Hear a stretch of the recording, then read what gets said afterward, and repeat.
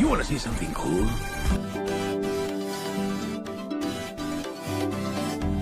Oh yes.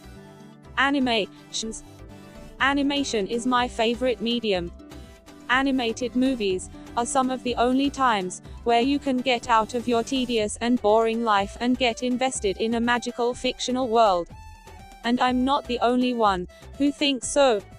There's millions of people around the globe that love animation. Hell, there's so many people in the animation community that I'm actually pretty scared to make this video due to a possibility of starting an internet war. But recently, there has been a lot of controversy surrounding animation. And that controversy is how many people call animation to be for kids and how that statement is wrong. And actually, for the most part, I agree. But my only complaint being, do we really have to make a big deal out of this?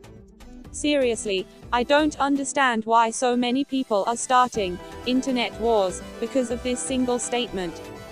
But, before you animation fans start writing an essay in the comment section, just remember that I write PG-rated movies, and I write them to be enjoyed by all ages.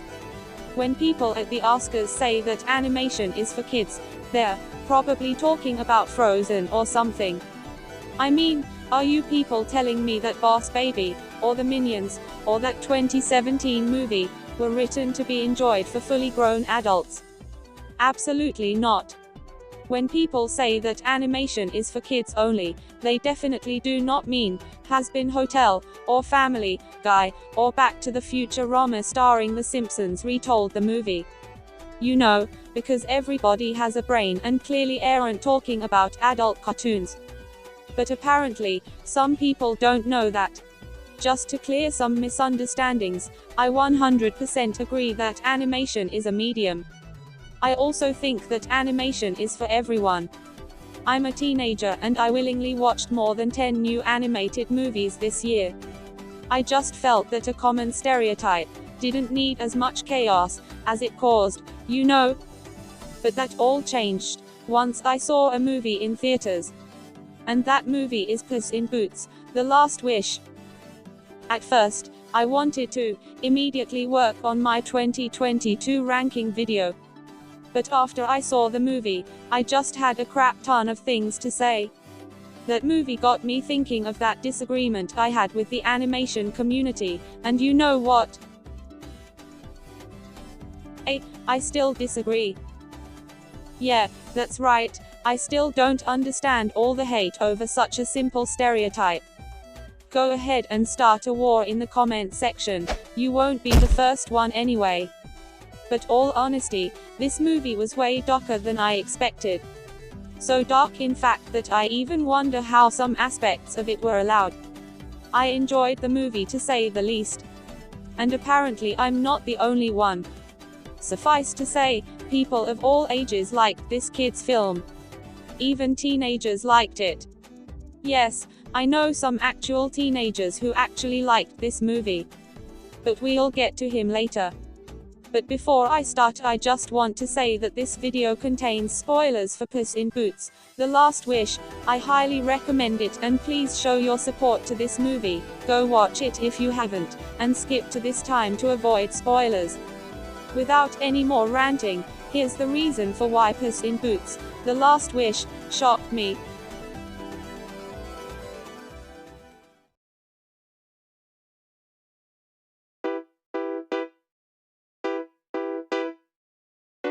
I think it's pretty common knowledge that this movie is really good. But what I think isn't common knowledge is the flaws of the movie. There are many popular YouTubers who reviewed the movie, but skip talking about the negative things. And you know what? Despite how much I adore this movie, one must acknowledge that it's not entirely perfect. By far my biggest complaint about the movie is how weird the pacing is. The first quarter of the movie is pretty slow, but then the rest of it is just pretty fast. And that's not to mention how the second half of the movie continuously switches scenes. Like, there's a scene where it's just Puss, Kitty and Perito, but then for no reason, it just suddenly changes to Goldie and the three bears. It's a super fast pace for the second half to say the least, and it doesn't blend in well with the other slow-paced scenes. Which, to be honest, is pretty bad. This doesn't seem to be a huge problem to most people, so maybe it's just a me thing. But goddamn, the pacing of this movie just feels like a mixture of fast and slow, and fast and slow, and fast and slow, and it's not good.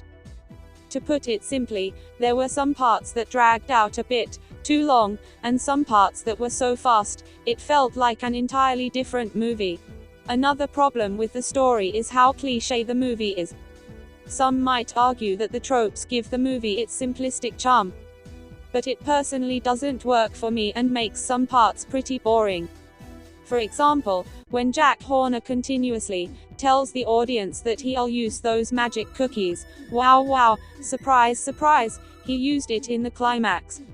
When Goldie tells the bears that she wants a real family, wow wow, surprise surprise, she doesn't wish for that because she realizes that the bears were all she needed. Oh look, the wishing star is gone. Am I surprised? No. I understand if people like the simplicity of this movie, but I just can't appreciate it. This isn't the first time I've seen a movie where the MacGuffin isn't used. Hell, it isn't even the first movie that talks about death in a mature way. But other than that, that's my only major problem with the movie. Everything else is just a nitpick. OMG, this movie sucks. It has so many continuity errors. In Scared Shrekless, there is a Shrek version of Jiminy Cricket. But then in this movie, what the hell is this odd man-ass cricket? Maybe Scared Shrekless isn't canon, since that YouTube Shrek series says that Shrek doesn't like Halloween, but Scared Shrekless says he does. And everyone knows that the Shrek YouTube series is canon. Okay, but all seriousness, I really like the cricket character. But did you think that that was the only continuity error? I'm just getting started. This movie canonically takes place after all the previous Shrek movies. But somehow the mama bear is still alive, even though in the very first Shrek movie, she is shown as a rug. Some might argue that maybe the mama bear didn't die and that rug was just a random bear rug. Honestly, that's a shitty argument. But hold it. The bears from the first Shrek movie look very different in Puss in Boots: The Last Wish. Try explaining that. I can already tell that some of you clowns are already typing crap in the comments section. Alright then, explain this. Kitty Softpaw's character changed. Firstly, when did she learn to do the eye thing? And secondly, this isn't really obvious, but if you watch the first movie, and then watch the second one afterwards, you'll find that Kitty's personality changed a lot. She became a forced love interest for Puss, to becoming a person with real feelings and selfish goals. And you know what? It's a change for the better. She feels like a more realistic character. But I'm sorry, it's just done so lazily. Some people might say that maybe she changed because of Santa Coloma, which is a really good point. But do you know what doesn't have a good point? Entirely changing Puss's character. In the previous Shrek movies, Puss was always a hero who knew he was powerful, but just didn't care too much about it. Kinda like Susie from Deltarune. But in this movie, he's a cocky a-hole, contradicting his original personality. Despite making Puss have a better character development and making his new personality an integral part of the entire story, unlike Kitty's personality change, Puss's doesn't have a valid reason behind why he suddenly acted cocky. Some might say that he got arrogant after all his previous adventures with Shrek. And I would have agreed with that if the movie didn't make it as if he was always arrogant to begin with. Now, don't get me wrong, I absolutely love Puss's new character, and I think I wouldn't have enjoyed the movie as much if it weren't for that. But come on, why must the movie treat it as if he wasn't humble all along? I'm probably rambling at this point. This isn't a problem I hate, just one that slightly bothers me. Another flaw this movie has are some of the unfunny jokes. Now don't get me wrong, I love some of the jokes, like when Puss says, "If it's convenient!" Now that's comedy gold. But some jokes are really cringe and pretty bad. Like when Puss's dignity goes to die, haha, funny cat in front of litter box, funny. When Puss and Kitty do the eye thing that has been done in almost every Shrek movie and Perito has a cuteness overload, haha, funny dog dies, haha. There was this scene where Perito ate a sandwich. And I remember in the theater I was in, when that scene played, people chuckled. Is that honestly funny? Oh right, I just remembered that I live in a universe where Demon Slayer is considered good. Never mind what I said, dog eating sandwich is funnier than anything in Demon Slayer. Speaking of Perito, another minor problem with the movie is the lack of using him. In the first half of the movie kinda set him up as if he would be the most important part of the story. But nah, he was pretty useless for the climax. But on the bright side, at least he wasn't a twist villain, like how everyone expected. That was his mistake. Speaking of the climax, the animation of this movie is amazing, like, better than any other animated movie this year. But enough with praising, this is the negative section of the video. When I watched the movie in the cinema, I found the fight scenes to be really hard to keep up, and pretty annoying for my eyes at some moments. But this doesn't happen when I'm watching clips of the movie on my phone or television, so maybe that theater I went to sucked. I only had to pay $7 for one ticket. I knew something was fishy. Honestly, that's really sad because I couldn't enjoy the animation, which is actually really good. Anyway, this doesn't really bother me.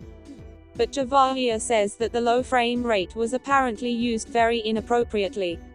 And you know what, that's a fair point. But Javahir is probably very biased towards low frame rate because he's one of the few people who doesn't like D4DJ's animation, which is cringe. There is also another problem that someone has that didn't affect me. The fact that the wishing star was wasted at the end is kinda unsatisfying. To me, it did affect me a little because, at the end of the day, it's not very funny because an orphan could have wanted that wish. Oh wait, I just realized that that actually happened in the movie. I didn't realize that while writing the review script. But unlike my friend, I kinda don't care about it anymore. The last time I checked, she was still thinking about it. And one last insignificant problem about the movie is how the voice acting is kinda weird. Actually, I wouldn't say that the voice acting was bad, it's really good in fact and better than most movies. But my problem is how the lines were edited together. I mean, hear this. And anyway, I am a cat. I have 9 lives. Doesn't it sound like And anyway, I am a cat. was recorded in the afternoon? And then the other line I have 9 lives. feels like it was recorded at midnight or some crap. And anyway, I am a cat. I have 9 lives. The worst part is, it is one sentence and yet, I can clearly tell it took 2 separate recording sessions to record it. But honestly, I can't stay mad at Antonio, I'm truly mad at the sound editor. But then again, the sound editor did a good job with the sound effects, so I can let that slide. Anyway, that's literally everything wrong with the movie. I can't think of any more problems. I think one of the factors why I didn't enjoy some parts of the movie was because originally, I wanted to go watch this movie with a friend, but then she was too lazy to accompany me and I got grumpy that day.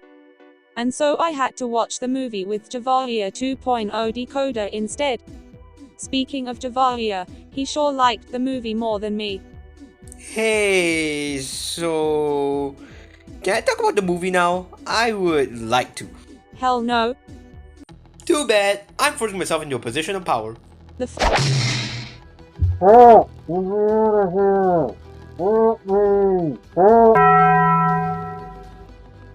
Hello, dear viewers, and everyone else.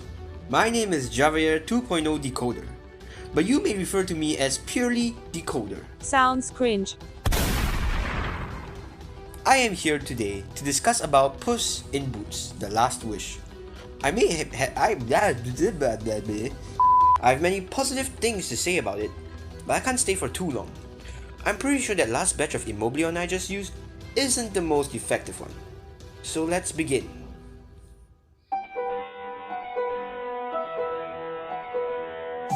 Firstly, the animation. Solid. It was popping and fast.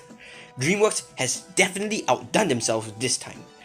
I know DreamWorks have made several other movies before this one. I have no idea what they are, and I don't care, cause their animation style was just bland. I swear most recent movies have this problem, in which it's all realistic CGI, 3D animated and rendered backgrounds and scenery, but bland ass characters. They all have beautiful and amazing worlds, but the characters in the movie always look way too out of place. The only thing I can say about these movies are, sure, they have high frame rates, they have good lighting, they move fluidly, and they look really well rendered, but the characters look like cartoons ripped out from a comic book. They look out of place and entirely horribly unrealistic in contrast of the background. This is a problem most animations face nowadays. But Puss in Boots solves this problem.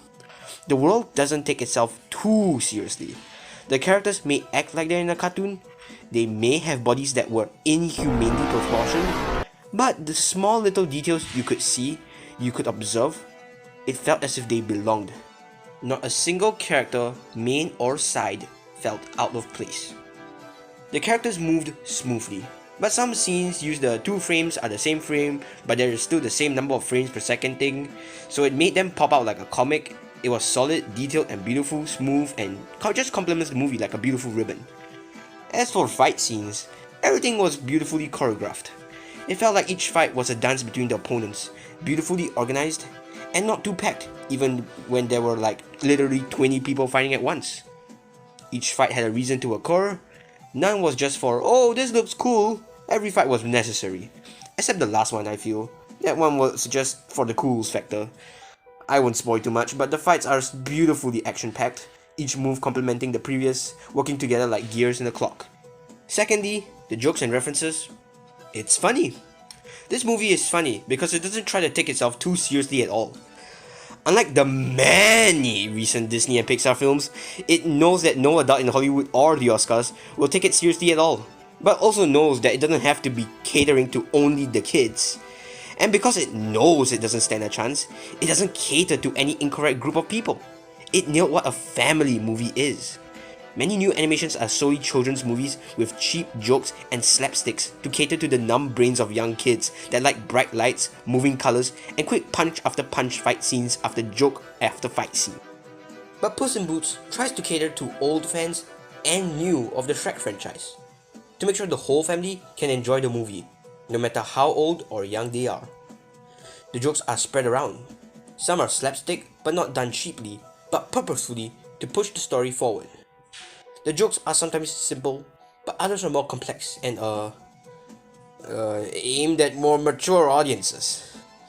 And each joke has a place in the movie, and they don't sound forced, flowing naturally into the narrative. The references to the mainline series and previous movies really add to the comedy and nostalgia that will really pull in old fans. But they aren't oversaturated into the movie that it leaves new fans clueless and in the dark. Because the references to the old movies do not affect the mainline story. New viewers aren't lost behind the plot or left in the dark. Do I recommend you binge the Shrek franchise before watching this movie? No, because this movie does not require it. It only rewards those who have with bonuses, not leaving new viewers eating the dust.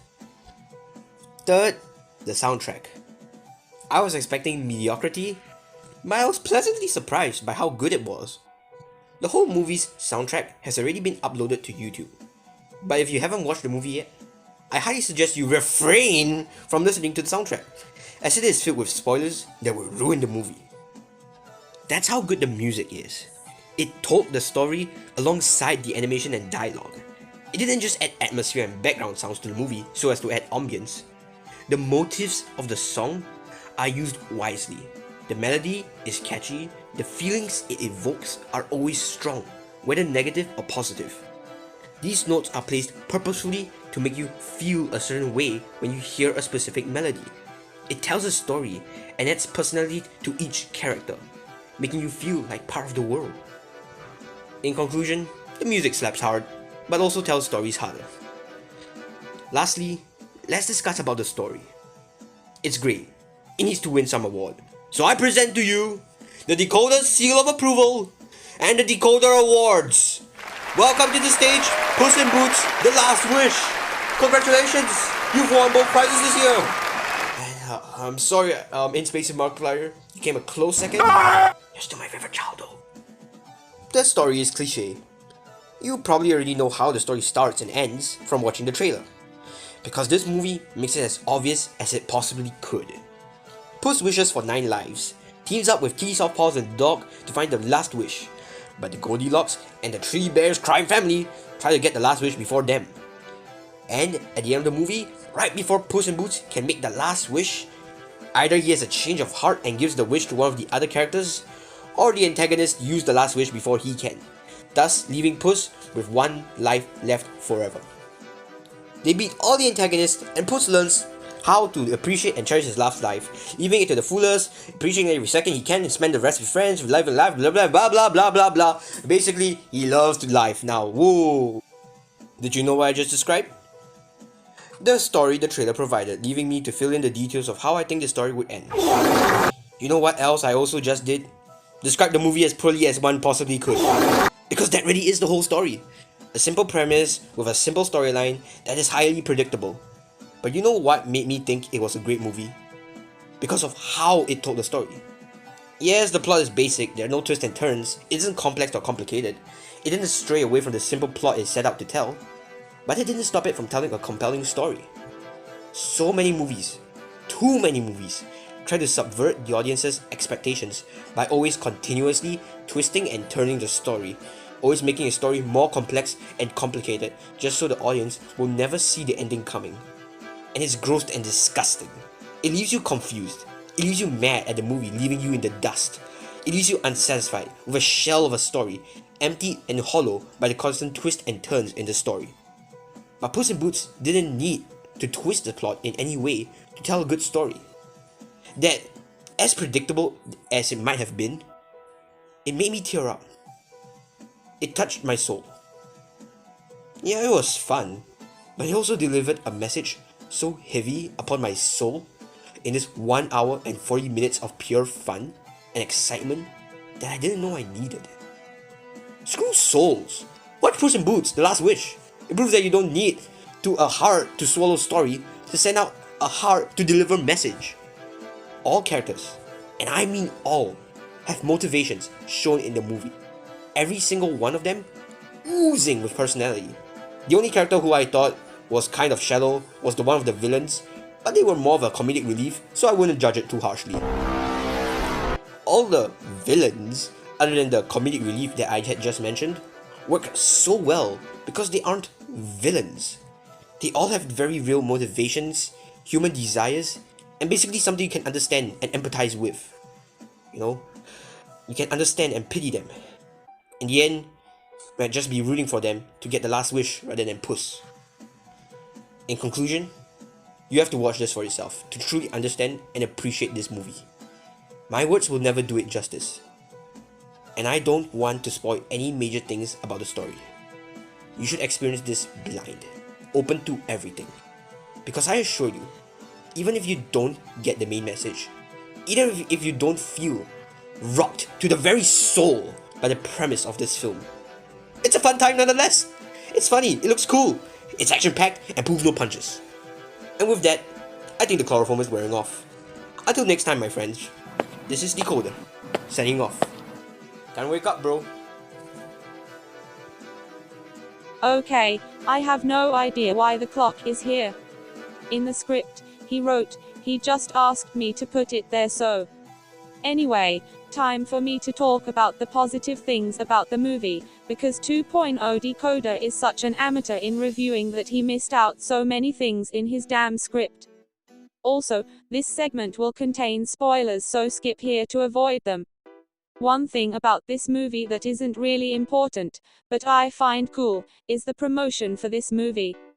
I really like the Aflac commercial. It was really well animated, and pretty funny. And that one Sean Evans Spice Challenge is super fun to watch. I've actually rewatched it several times. The details in that video is so creative and genius. You can tell that they really placed in too much effort into a simple promotional material. Like, did you know that the spice Puss couldn't handle is the ogre one and the death one? It's honestly such a neat detail since in Shrek 2, Puss was unable to defeat Shrek. And in the last Wish movie, death was Puss's main enemy, so it's so cool to see the death-themed sauce be the one that breaks Puss. And I haven't even mentioned how good the animation for that promotion was. It's as good as the movie and feels like Puss is in the real world, and if you know me, I'm biased towards real world, cartoon media. So yeah, it's a really funny and cool commercial that honestly didn't need to slap as hard as it did. But do you know what's better? The trailers for the movie. The trailers are really good because they don't spoil much, but yet capture the attention of audiences. I find it really impressive how many of the scenes in the trailer were reanimated, so they wouldn't spoil the movie. And the trailers were made to make it seem as if the movie was mid, so the real movie can shock the audience with how good it actually is. I know that strategy worked really well. I guess the only thing bad about the promotion is how that one music video spoiled the Pinocchio cameo. But I also spoiled it in this video, so it's all good, man. Overall, really solid promos and one of the best I've seen for a movie, definitely better than Disney's promotions at least. On the topic of the La Vida es una music video, I just wanted to mention how good the music for this movie is. The entire soundtrack is phenomenal. I literally went to listen to every song in my free time.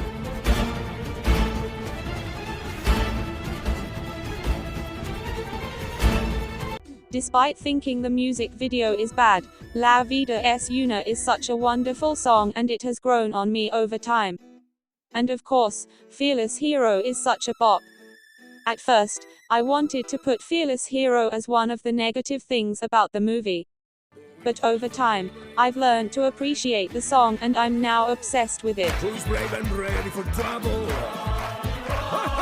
Who's so unbelievably humble? Is your favorite fearless hero? Is your favorite fearless hero? And also, the hero version of this song makes me feel like God. Fearless Hero may have been a bit cringe at first, but once I slowly analyzed the song, it all just suddenly clicked. It's kinda like something like We Don't Talk About Bruno. The reason why Fearless Hero works as a song is because it helps progress the plot. The lyrics foreshadows parts of the movie, which is cool, and also shows how cocky Puss is. Now that's important and not useless. And a lot more songs in this movie also have the same charm as Fearless Hero. This movie's soundtrack has one thing many other movies don't have. Hey editor, would you mind explaining what that thing is? Thank you. So yeah, great job Heiter Pereira, making bangers like always. But I personally feel that all of these wouldn't have worked as well as they did if it weren't for this movie's spectacular writing. Puss in Boots: The Last Wishes writing is honestly one of the best I've seen for a movie. Almost every dialogue or phenomenon that happens in this movie is integral to the plot. That's really impressive. Every fight is necessary, every line comes back eventually in the plot, and some jokes become plot points later in the movie. The best example of this is Goldilocks's character arc. The movie just tells us that she wants to wish for something, just right, but never tells us specifically what it is. However, we know that it's important as Goldie never backs up from the quest, even though the bears kept on telling her to do so. In the middle of the movie, the baby bear continuously jokes around about how Goldie's an orphan and not part of the family. It doesn't seem like anything big at first, it seemed like just an overused joke. But when Goldie finally snapped and told the bears her wish, it all finally made sense. Seeing Goldie, so determined, and put her life at risk, just to get a family is so emotional. Honestly, I totally understand why some people consider Goldie's side plot to be the best in the movie. It gets better and better every time I rewatch it. The more you watch the movie, the more you see and realize the foreshadowing that Goldie wanted a family. It's actually the thing in this movie that makes me tear up the most. And when Mama Bear says, "If this is something that will make you happy, we'll get you that wish," I get choked up. And also, some people say that the phrase, "just right," was used too much. But honestly, I personally feel that it was used just right. Anyway, that's just one example of this movie's genius writing. Jack Horner is also very well written. He's written to be the unsympathetic and emotionless character that wants to be evil, and I love it. The addition of Jiminy Cricket was also really fun. He's a funny character and really wholesome. I thought that he was going to disappear after Jack threw him away, but surprisingly no. He came back at the end, and it was peak cinema. I was cheering when he returned. Speaking of cheering, I love all the references to the different fairy tale items that Jack has. Not gonna lie, the fact that Jack Horner is a middle finger to Disney is hysterical, makes the movie better once you know what he represents. And not gonna lie, there's just one small part of the movie that I really like, but I haven't heard anyone talk about it. So at the start of the movie, Puss hides his face to the audience. And then his face is only revealed during the Fearless Hero sequence. Even though literally everyone already knows how Puss's new design would look like before watching this movie, I find it rather cool. That face reveal makes me go, wow, it's so nice to see my childhood hero again. Some find it useless, but I find it epic as hell. But definitely my favorite part of the writing was the show not tell. There are lots of details in the movie that I didn't notice until, like my fourth rewatch. Did you know that death was in the background of the first fight scene? If you think that's obvious, then did you know that a silhouette of death was in the flashback sequence? Alright then, how about this? Did you know that, when Puss walks away to the house, he's standing inside the signature? This means that Puss, in reality, is smaller than the legend he claims he is. That's cinema. Anyway, I also really like this one underrated scene with Perito and Soft Paws. So, before the trailers for this movie came out, I was sort of concerned if Kitty was going to be in the movie. Personally, I have a strong connection with the first Puss in Boots movie. It may be really cheesy, but it's what I call a good spin-off, and the nostalgia I have for it is unreal. And of course, I wanted funny female cat to be in the sequel. And I'm so glad that this movie not only had her, but also had a reference to something she said in the previous movie. So while Team Friendship was sailing down the river of relaxation, Kitty and Perito have a conversation about trust. While Kitty tells Perito that she has been betrayed a lot of times, she looks at her paws. Now, if you watch the first movie, you would know that Kitty's owners took away her claws, and that's why she's soft paws. So isn't it such a cool detail that she looks at her paws while talking about betrayal? And also my man Humpty Alexander Dumpty is in the movie. I'm so happy. So that's my favorite part about the writing, but how about the best? In my opinion, the best part of the writing is a scene with Death and Puss in Boots.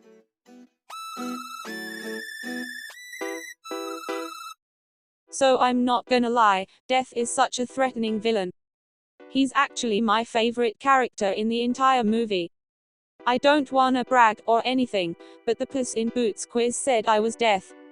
So you mofos better watch your mouths, or I watch tons of anime, which means I have experience in seeing tons of evil people. But truth be told, none of them come close to Death from Puss in Boots: The Last Wish. Not even Majima, or the Assassination Classroom villains, or the Demon Slayer fandom, or even Anoka apparently.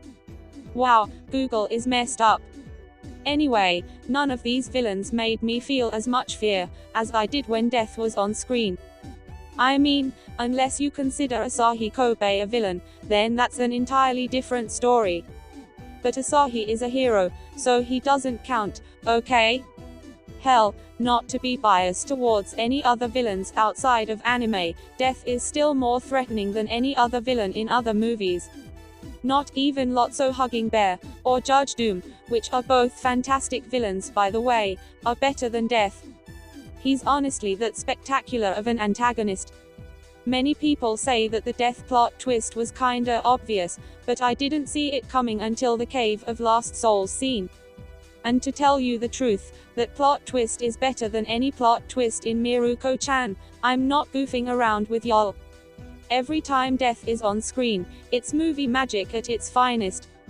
That one scene where Puss gets a panic attack and Burrito calms him, makes me feel emotional every time I watch it. Lots of people consider it to be their favorite scene in the movie and I see why.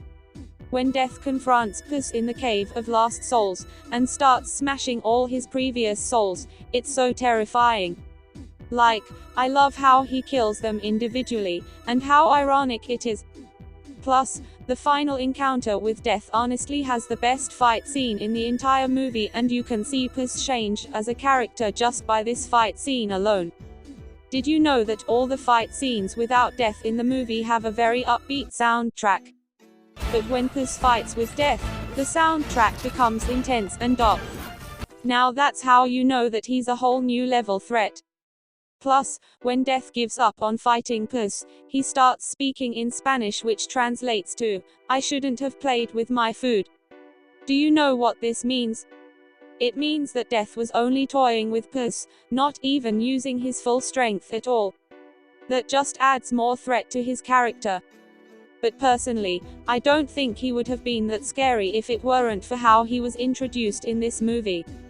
The introduction to this bounty hunter is probably my favorite scene in the entire movie and here's why. Now, in my opinion, a good piece of media has certain criterias it needs to have. If they don't fill in any of these criterias, either the media fails to be good, or it has other factors that pulls it up to be good. However, this one scene alone where Puss encounters Death, not only fills in all the criterias, but also amplifies each criteria to its maximum potential. For the most part at least. The scene starts as Puss rants about the doctor in the bar while drinking some milk. The bartender then walks away. He never returns, so I just headcanon that he died. Okay, cool. Anyway, it's a very dark and stormy night, which is a really nice way to set the mood. And also, am I the only one really impressed about how the chairs are not perfectly aligned?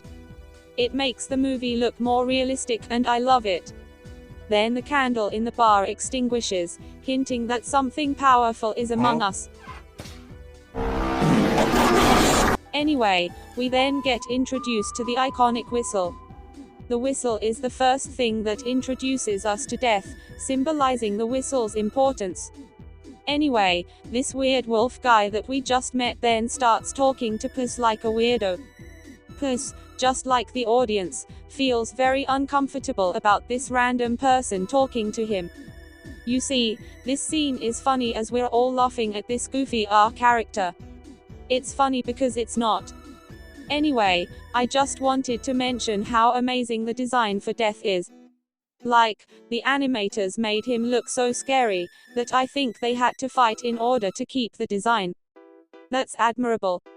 His design, with his soulless red eyes, make him look as if he could strike at any second, and is just waiting for the perfect timing.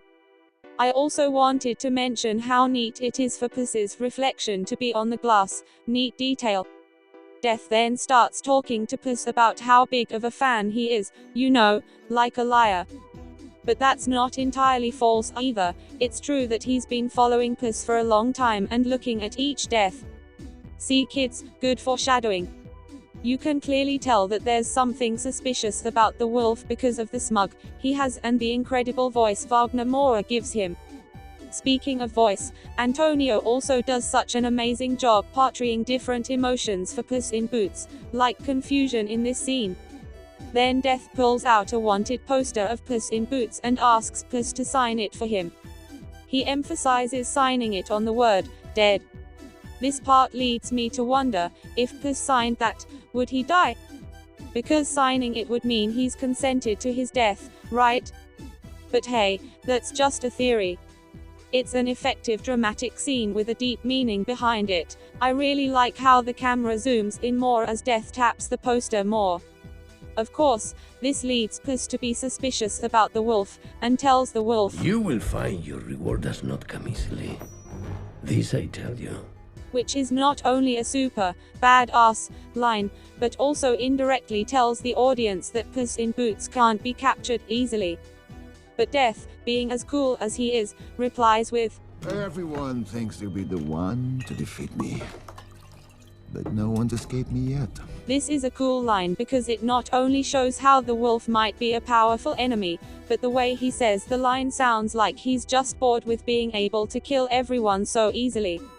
It's such a great line, because we can infer that this isn't just a random bounty hunter, it's one who has captured many people. And the worst part is, he sounds neutral saying the line, as if he's used to it. Isn't that just terrifying, but also good foreshadowing? One thing I wanted to point out is Death's expression after Puss warns him. He shows the face of, finally, things are going my way and there's actually a challenge. Isn't that just cool? He finally found a worthy opponent and the battle will be legendary. Puss then whips out his sword and says his iconic line, before his sword gets yeeted out of his hand. Now, this single action that the wolf does tells us a lot. One example is that this wolf, who has been following Puss for a long time, is sick of always hearing Puss say this very arrogant line and just wants to cut to the chase. Secondly, it also shows how this wolf is powerful and not a joke. Almost every foe Puss faces fights him after he says his iconic line. But Death doesn't give a damn and doesn't need to fear Puss. And also, the fact that Death was able to disarm this macho gato with a single swing shows that he isn't going down easily. And all of that is crammed into one action. I'm sure there are other hidden messages in this single move, but I'm just not looking much into it. Anyway, Puss in Boots is shocked at this action as this hasn't happened to him before. I like how the animators could have made him retrieve his sword in a joking manner, but they didn't do that. Instead, they made Puss cautiously get back his sword. This is cool because this means that Puss isn't taking this situation lightly anymore and knows that something's up with the bounty hunter. I honestly wouldn't have taken the scene seriously if Puss laughed it off, so it's nice to see Puss actually take this seriously. Also wanted to mention how the wolf could have easily killed Puss when he was disarmed, but chose not to because he wanted a challenge. Really subtle and effective detail. So then the fight scene begins. Now, if you've been following my channel for a while, you'd know that I'm a fan of fight scenes. And as someone who has done research on fight scenes, this movie subverted my expectations. This bar fight scene is no different, and is just as well choreographed as the other fight scenes in this movie. One thing I like about the movie is that before we met the wolf, we were shown another fight scene of Puss fighting a giant. The first fight scene in the movie not only serves as a way to take away one of Puss's lives, but also show how strong the wolf is. This cat literally just took down this huge-ass stone creature in front of us, but yet, he can't beat a single wolf. He can take down several guards, but not a wolf. This shows how powerful the wolf is without the movie directly telling the audience. The reason why most of us feel fear when the wolf is on screen is because Puss in Boots, a guy who took down many other enemies, can't take him down. Another part of this fight scene that I really like is how the wolf could have killed Puss many times, but chose not to because he wanted to toy with Puss. That one scene where Death grabs Puss by the neck and slams him on the table is one example of this. You see, Death could have easily taken out his sickles to slice Puss while he had Puss in his hands. But no, slamming Puss on the table looks much cooler, so let's do that. And you know what? That's respectable. Also really like how if you pause at any frame while Puss is spinning, there's only one Puss. Really neat detail that not many noticed, but I noticed it and I think it's awesome. But other than that, there really isn't much I can say about this fight scene. No words can describe why this works so well. It works because Puss's opponent has the upper hand and makes the audience question if Puss will die. IDK pal, you have to experience this for yourself. But then, something unexpected happened. The protagonist in a so-called kids film starts bleeding. And when I first watched this movie in the theater, my jaw dropped as I covered my mouth in fear. The movie ticket I had said that the movie had some terrifying scenes, but I wasn't expecting it to be this terrifying. I usually don't care too much if there's blood in a kids film. I mean, who honestly gave a damn when Encanto had blood?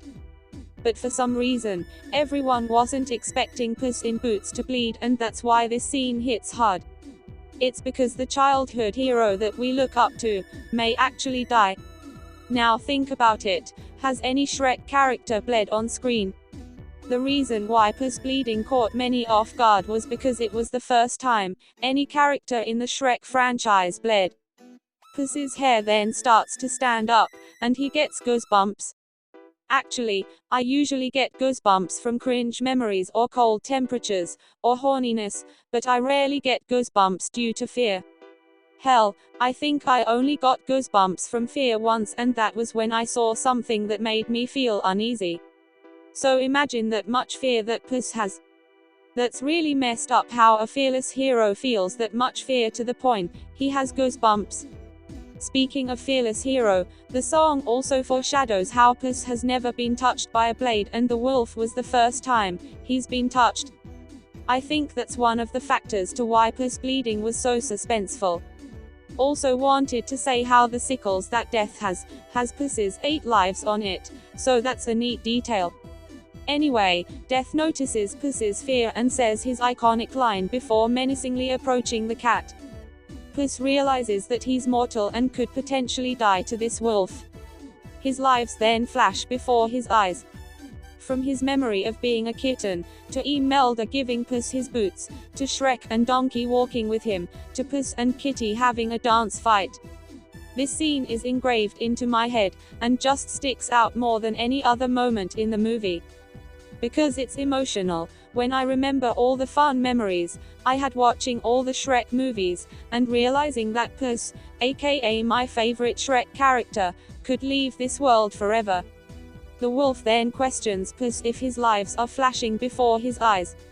This wolf literally took down someone I adored as a child, and his life is now at risk. I don't think any other animated movie made me feel this intense or shock.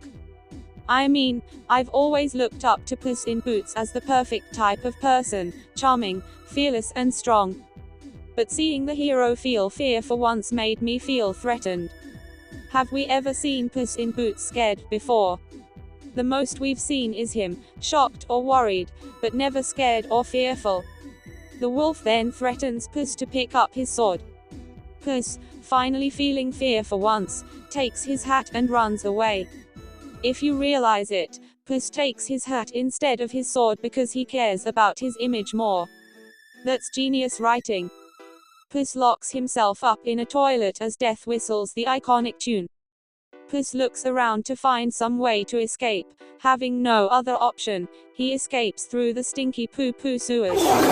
Did you realize how Puss would rather swim in sewage water than die? I mean, anyone would do that, but I just wanted to mention it. Afterwards, Death slices open the door with that freaking creepy stare and says one last threatening line. This scene alone proves several things. Family movies are not solely for kids. This movie made me feel the most suspense I've felt since Happy Sugar Life, which is the most threatening anime I've watched, and also clearly not for kids. This scene made me feel excitement, emotions, shocked, suspense, threatened, and a lot more others I can't think of now. This scene proves that animated movies can do so much more than just appeal to young audiences, it can also make everyone of all ages feel emotions as well. And that is why, I personally feel, that we should stop overlooking animated movies.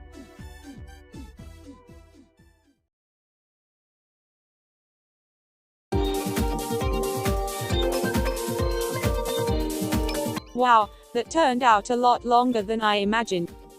But yeah, I have no hesitation calling Puss in Boots: The Last Wish a cinematic masterpiece. I honestly enjoyed this movie more than most animes, Miruko-chan included. Puss in Boots: The Last Wish is on the same standards as some mature anime movies like Your Name and Belle. That's how good it is. Even though I spent a lot of time talking about the negative parts about the movie, they're all mostly nitpicks and the good parts shine more than the bad parts. With a fun story, emotional message, hilarious comedy, likable characters, outstanding soundtrack, spectacular writing, and one of the best animations I've seen for a movie, I'd give Puss in Boots: The Last Wish an 8.8 out of 10 and I'd recommend it to most people. And I wanna be honest, I don't think it's justified that this movie is getting overlooked by many people. I don't like the fact that people think this movie is solely for kids. This movie is the darkest Shrek movie and I'm tired of pretending that it's made for kids. So to all the animation fans watching this video, I really hope that you all will continue to fight for animation justice. Animation is in a pretty bad state right now and I think someone needs to fix this. I may not join you guys in this battle, but I will wish you the best. We need the Oscars to look at animation as a medium, and not a genre, and give the animation companies the respect they deserve. And to all those people who feel left out because they're grown-ups, who like animation, don't be, okay? If you really like something, then who can stop you? It's your opinion after all, and be the person you want to be. And truth be told, you're not the only grown-up animation fan. Honestly, I may call myself Disney-H, but this movie makes me want DreamWorks to be Disney. Puss in Boots: The Last Wish taught me that animated movies can do so much. I watched this movie 4 times already and I'm still not sick of it. Hell, I'm planning on watching it for a 5th time soon. Anything you want to say before we end the video, Decoder? I was never a fan of dying, but I'm really not lying when I say that I don't mind doing it with you. Yeah, very funny. So yeah, if you haven't seen this movie yet, go watch it, give this movie its support. What are you going to get from your 23rd rewatch of Mugen Train, when we have masterpieces like Puss in Boots: The Last Wish going unwatched? And for those who have watched it, salud, cheers. Thank you all for watching, and live your lives well.